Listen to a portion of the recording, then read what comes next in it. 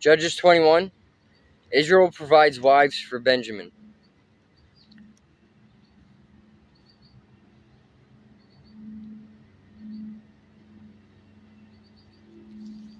The Israelites had vowed at Mizpah, "We will never give our daughters in marriage to a man from the tribe of Benjamin." Now the people went to Bethel and sat in the presence of God until evening, weeping loudly and bitterly. "O Lord, God of Israel," they cried out, "why has this happened in Israel? Now one of our tribes is missing from Israel."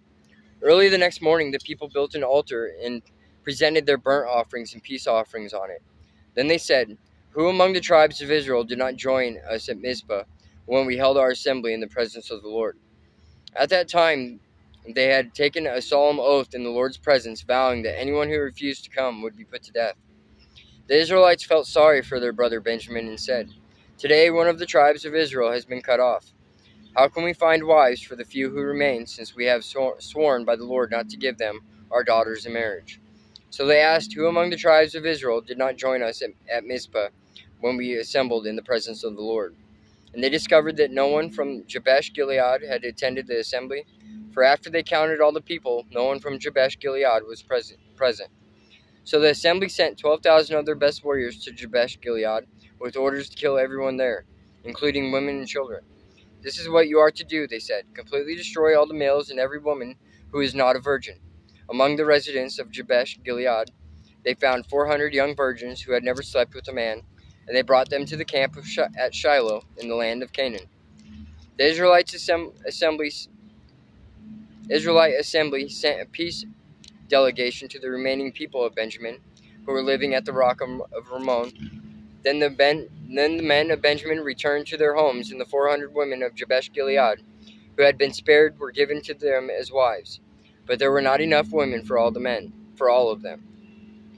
The people felt sorry for Benjamin because the Lord had made this gap among the tribes of Israel. So the elders of the assembly asked, "How can we find wives for the few who remain, since the women of the tribe of Benjamin are dead? There must be heirs for the survivors, so that an entire tribe of Israel is not wiped out. But we cannot give them our own daughters in marriage, because we have sworn with a solemn oath that anyone who does this will fall under God's curse." Then they thought of the annual festival of the Lord held in Shiloh, south of Lebanon and north of Bethel, along the east side of the road that goes from Bethel to Shechem. They told the men of Benjamin who still needed wives, "Go and hide in the vineyards.